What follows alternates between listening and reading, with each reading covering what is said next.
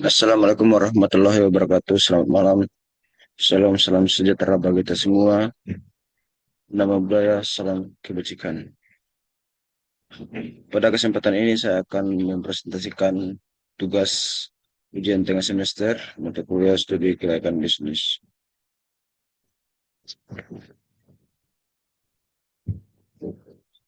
Analisis studi kelayakan bisnis.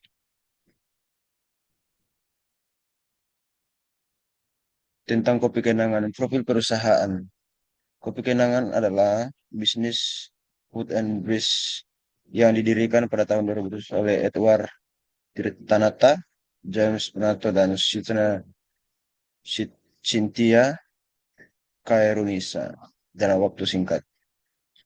Visi kebikenangan yaitu menjadi perusahaan food dan fresh terbesar di Asia Tenggara dengan menghadirkan kopi berkualitas dan terjangkau untuk semua kalangan.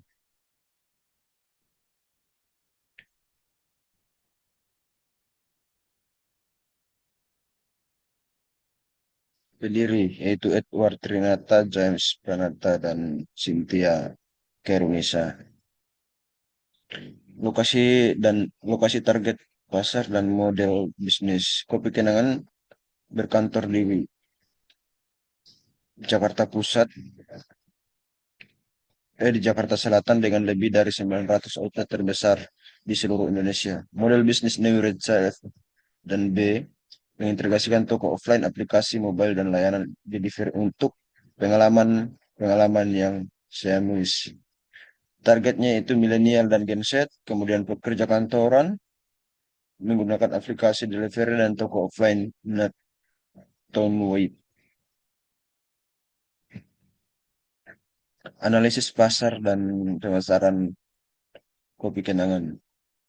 Budaya kopi di Indonesia berkembang pesat dengan pertumbuhan kedai kopi yang signifikan. Kopi kenangan memanfaatkan momentum ini dengan menawarkan produk berkualitas dengan harga yang kompetitif, menjadikannya pilihan utama konsumen modern. Tren konsumsi kopi di Indonesia terus meningkat menjadi peluang besar bagi bisnis kopi. Kemudian gaya hidup milenial dan Gen Z menjadikan kopi sebagai bagian dari gaya hidup. Kemudian kopi kenangan dikenal juga dengan harga terjangkau dan produk berkualitas tinggi. Strategi pemasaran menggunakan strategi 7P kopi kenangan, yaitu produk dan price, menu inovatif dengan varian kopi berkualitas dan harga terjangkau, mulai dari 18.000 sampai dengan 28.000 untuk semua kalangan. Kemudian promotion, lokasi strategis di mall, perkantoran, stasiun, digital marketing untuk promosi di digital marketing via Instagram, TikTok, dan aplikasi. Kemudian people, process, dan evidence. Barista berlatih via kenangan akademik, proses pembuatan cepat dan konsisten, desain output modern dan instagramable.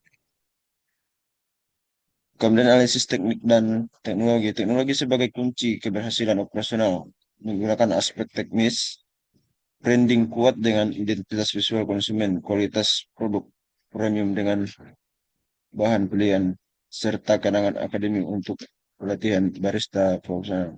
Aspek teknologi, mobile application terintegrasi post system modern CRM untuk manajemen pelanggan, digital payment, QRIS e-wallet, dan data analisis untuk pengambilan keputusan. Kemudian analisis SDM, sumber daya manusia sebagai aset kritis. Kopi Kenangan menyadari bahwa kualitas produk dan layanan pelanggan sangat bergantung pada kompetensi SDM. Investasi besar dilakukan dalam pelatihan, pengembangan karir, dan membangun budaya perusahaan yang kuat untuk memastikan keunggulan profesional. Kenangan akademi untuk pelatihan barista profesional, proses rekrutmen, terstandarisasi dan selektif, jalur karir jelas dari barista hingga manajemen. Budaya perusahaan yang inklusif dan inovatif.